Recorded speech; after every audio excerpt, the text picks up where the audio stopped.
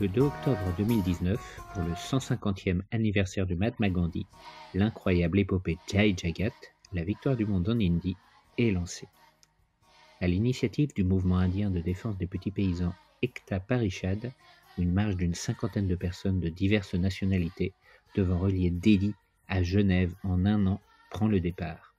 Son objectif ? Relayer et rassembler le long de son parcours les témoignages et les actions de tous les sans-voix et les exclus de la mondialisation afin de les amener jusqu'au siège des Nations Unies à Genève, selon la méthode gandhienne de la non-violence en action. Après avoir marché sur les routes indiennes, pakistanaises, iraniennes et arméniennes pendant 6 mois, les marcheuses et marcheurs de Jai Jagat se retrouvent stoppés en mars 2020 à Erevan, en Arménie, à cause des mesures sanitaires prises face à la pandémie de Covid-19.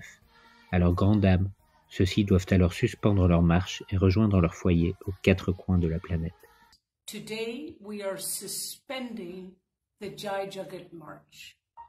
We are doing this for indefinite period of time, but we can assure you that the Jai Jagat March will soon restart and bring all our people together to march from Armenia to Geneva. So people are in great spirit and they are all waiting for the next opportunity to march together. Néanmoins, une graine d'espoir est plantée. Celle d'œuvrer, par une action inspirante, à plus de justice et de paix pour l'humanité, et plus largement, pour l'ensemble du vivant sur la planète. La Covid-19 démontre jusqu'à l'absurde l'urgence d'un monde pour tout le monde, un monde plus respectueux de l'ensemble du vivant, un monde qui a bien besoin de l'idéal de non-violence cher au Mahatma Gandhi et à ses héritiers, et un monde plus juste, car en cette année 2020, à peine 1% de la population mondiale détient près de la moitié de l'ensemble des richesses. Les milliardaires du monde entier, c'est-à-dire seulement 2153 personnes, possèdent plus de richesses que 4,6 milliards de personnes, soit 60% de la population mondiale. Et une des conséquences de la pandémie de Covid-19, c'est le basculement dans l'extrême pauvreté de 115 millions de personnes supplémentaires, d'après la Banque mondiale. Gandhi avait coutume de dire « Il y a assez de tout dans le monde pour satisfaire aux besoins de l'homme, mais pas assez pour assouvir son avidité. » Nous y sommes, plus que jamais. Ainsi, même si la pandémie a suspendu la marche principale Jai Jagat en Arménie, le message de cette dernière, l'urgence d'un autre modèle dans lequel plus personne ne reste au bord du chemin, est plus que jamais d'actualité. Fort de cette conviction, malgré toutes les mesures de restriction des déplacements et des rassemblements prises un peu partout à cause du coronavirus, plusieurs groupes de personnes inspirées et mobilisées par Jai Jagat, en France et en Suisse, décident de reprendre le flambeau à l'été 2020. Rendez-vous est donné à Genève à la date initialement prévue, le 26 septembre 2020. Le 12 septembre, pas un samedi ensoleillé, plus de 250 personnes sont réunies place Charpennes Charles Hernu à Villeurbanne pour le départ de la marche de Lyon direction Genève. Le collectif lyonnais de Jai Jagat, c'est une fédération d'une dizaine d'associations de l'agglomération de Lyon. Son but ? Démocratiser les objectifs de développement durable des Nations Unies en sensibilisant et en engageant la société civile à participer à leur réalisation. On discute, on débat et on explique pourquoi cette marche. Des personnalités locales sont présentes, comme Christian Delorme, le fameux curé des Minguets, un des initiateurs d'une autre grande marche, celle pour l'égalité et contre le racisme, qui était partie de Marseille pour rejoindre Paris en 1983. Elle y avait rassemblé plus de 100 000 personnes avant d'être reçue par le président François Mitterrand. Ici, dans notre métropole de Lyon, on continue de porter haut et fort ce flambeau de la non-violence et que l'on soit en résonance, en communion, en fraternité avec le mouvement lancé par Raja Gopal, par ce grand mouvement international de solidarité pour la justice, la paix. Voilà. 37 ans plus tard, il semble tout naturel à Christian Delorme de saluer dans sa ville le départ de Jai Jagat, une nouvelle marche pour l'égalité des droits.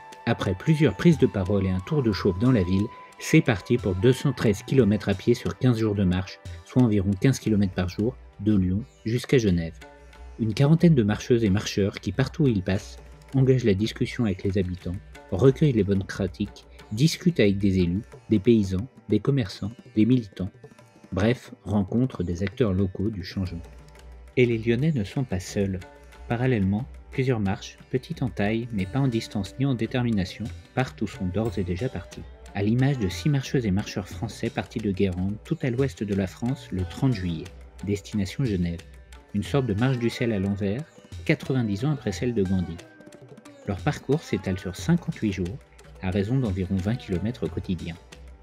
Ils passent notamment par Saint-Nazaire, Angers, Tours, Vierzon ou encore Bourges. D'autres marches en provenance de Saint-Antoine-l'Abbaye, de Lons-le-Saunier, de Sétrou ou encore de La Chaux-de-Fonds partent également tout au long du mois de septembre pour converger à Genève. Un premier rendez-vous est donné à Mérin, à quelques kilomètres de Genève, le vendredi 25 septembre en fin d'après-midi. Reçus par un des conseillers administratifs de la ville, Éric Cornu, les marcheuses et marcheurs se retrouvent pour échanger leurs expériences, raconter leur périple, échanger avec des représentants d'associations locales qui œuvrent en faveur de la transition, et se connecter avec l'Inde et les initiateurs de Jai Jagat, Rajagopal et Jill Kararis, émus de voir que malgré toutes les difficultés, des marches Jai Jagat ont quand même pu converger jusqu'à Genève. Tout le monde assiste ensuite à une représentation de danse urbaine de la compagnie Second Souffle, ayant fait le chemin depuis Vénissieux.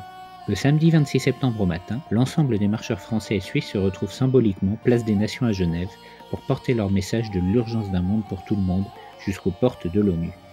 La statue de Gandhi à une centaine de mètres constitue alors un point de ralliement tout naturel pour se retrouver, communier et chanter, avant de tous se rendre au parc des Bastions afin de partager un repas solidaire organisé par l'association The Mill, un repas pour promouvoir les produits du terroir, l'agriculture locale et les petits paysans, à l'image de Jai Jagat, depuis les campagnes indiennes jusqu'au cœur de Genève. Après une dernière réunion entre marcheurs pour échanger sur la suite, chacun rentre chez soi, certes sans avoir pu influer sur l'agenda des Nations Unies, mais en ayant tout de même l'impression d'avoir fait sa part, tels des colibris en marche. Ce n'est que partie remise. Tout le monde semble d'accord pour dire que cette aventure n'est qu'une première étape, et que l'émergence du monde dont nous avons toutes et tous besoin, dans lequel plus personne ne reste au bord du chemin, nécessite de continuer la route. Car en ces temps de pandémie, où nous prenons conscience que nous sommes tous interdépendants avec l'ensemble du vivant, le message de Jai Jagat est plus que jamais d'actualité.